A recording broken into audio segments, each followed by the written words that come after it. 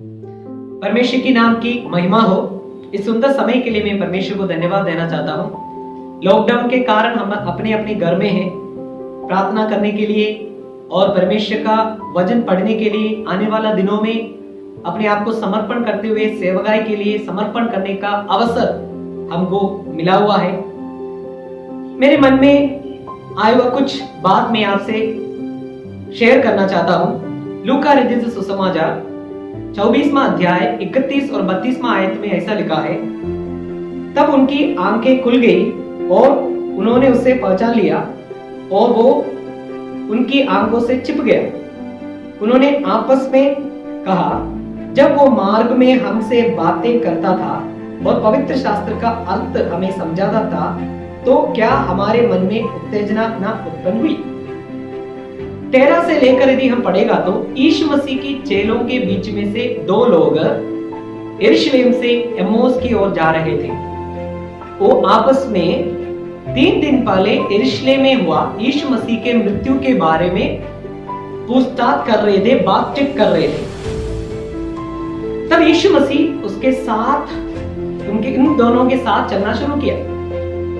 उन दोनों की आंखों को बंद कर दिया ताकि उसको पहचान ना सके। यीशु ने उससे पूछा, आप किस विषय के बारे में बात करते हैं। उसमें क्लियोपास नामक एक व्यक्ति ने बहुत दुख के साथ यीशु मसीह से पूछा, क्या यरूशलेम में आप अकेला परदेशी हो। क्योंकि यरूशलेम को हिलाया हुआ एक बात 3 दिन पहले हुआ है, वो यीशु मसीह का क्रूसीकरण था। सभी लोगों को इसके बारे में जरूर जानकारी है। क्लियोपास को ऐसा शक आ गया, क्या ये एक परदेशी है। और इसलिए ऐसे सवाल पूछते हुए उसका जवाब दिया कि यीशु नासरी के विषय में हम बात कर रहे थे। हम सब लोग विश्वास करता था यीशु नासरी परमेश्वर और सब लोगों के बीच में वचन में और काम में सामर्थी भविष्यवक्ता था और हम आशा करता था कि इस्राएल को छुटकारा देगा। लेकिन प्रधान याजकों ने और सरदारों ने उसको क्रूस पर चढ़ाया।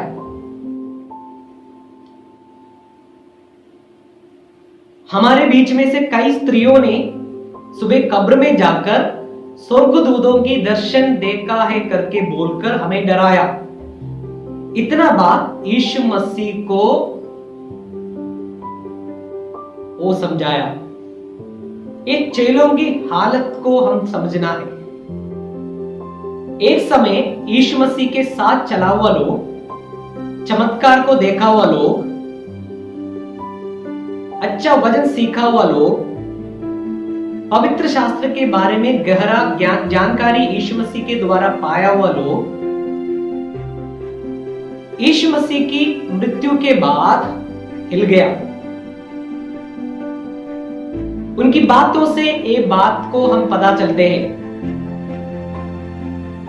वो बता रहे, हम विश्वास करता था यीशु सामर्थी भविष्यवक्ता था। दूसरा, हमको आशा था यीशु हमको छुड़ाएंगे।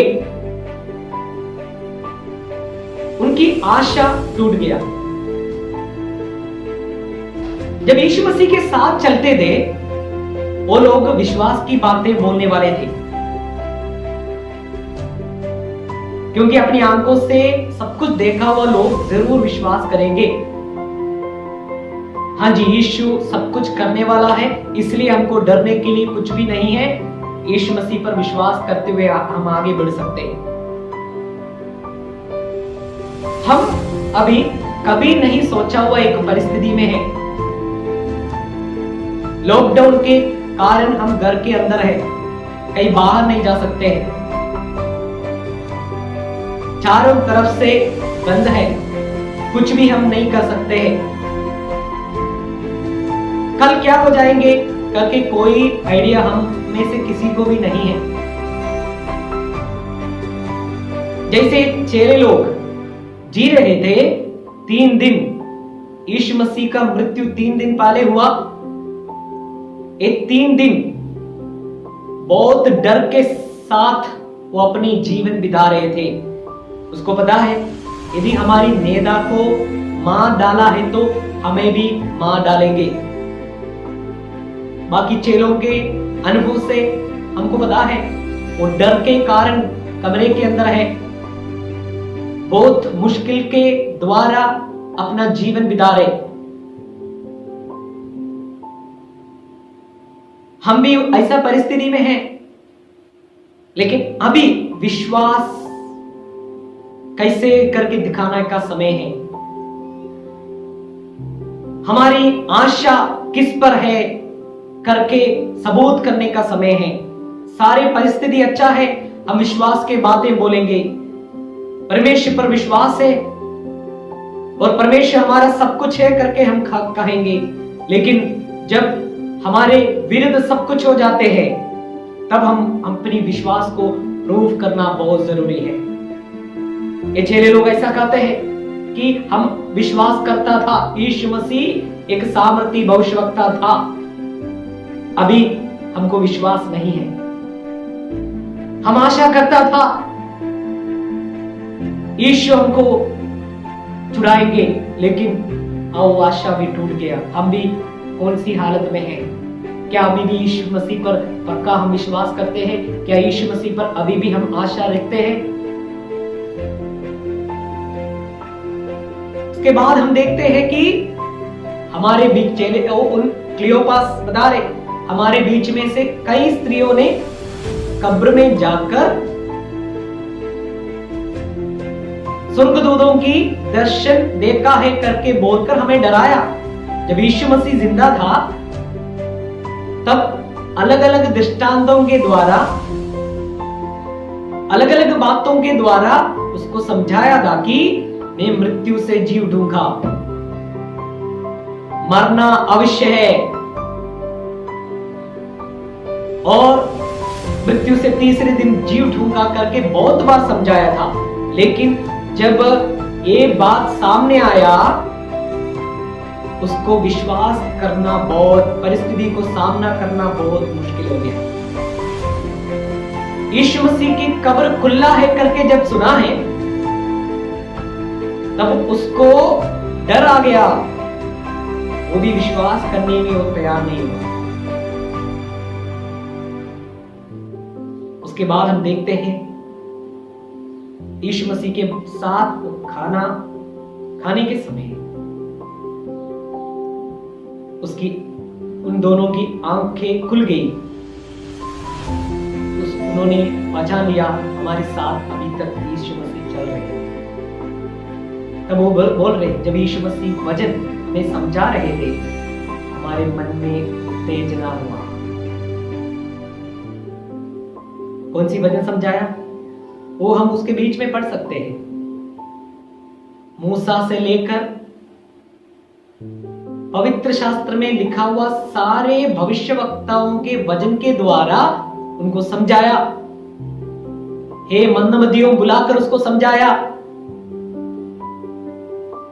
कि मसीह कष्ट उठाना जरूरी है, कष्ट उठाते हुए ही महिमा में प्रवेश करेगा करके समझाया। हमारी जिंदगी में भी ऐसा परिस्थिति आ सकते हैं। अभी एक मुश्किल को हम सामना कर रहे हैं, अभी विश्वास को सबूत करना, हम परमेश्वर पर पक्का विश्वास करना। कोई भी परिस्थिति में हमें छोड़ने वाला परमेश्वर नहीं है। प्रभु यीशु मसीह हर परिस्थिति में हमारे साथ देने वाला है। जब हम इन दिनों में वचन पढ़ते हैं हमारे मन में भी उत्तेजना आ सकते हैं। शायद अपनी आंखों से यीशु मसीह को हम नहीं देख सकते हैं, लेकिन यीशु मसीह की उपस्थिति हम कहां बैठे हैं उधर जरूर महसूस कर सकते हैं। कुछ भी हो जाए यीशु मुझे अकेला छोड़ने वाला नहीं है।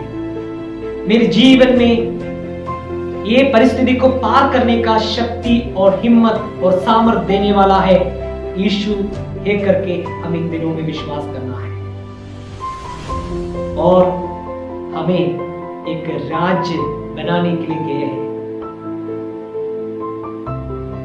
जरूर मुझे ले जाएंगे करके विश्वास करते हुए, आशा रखते हुए आगे बढ़ना है।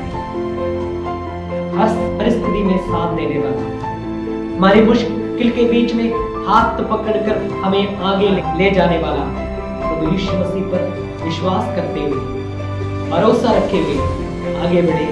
इस वचन के द्वारा प्रभु हम सबको आशीष दे।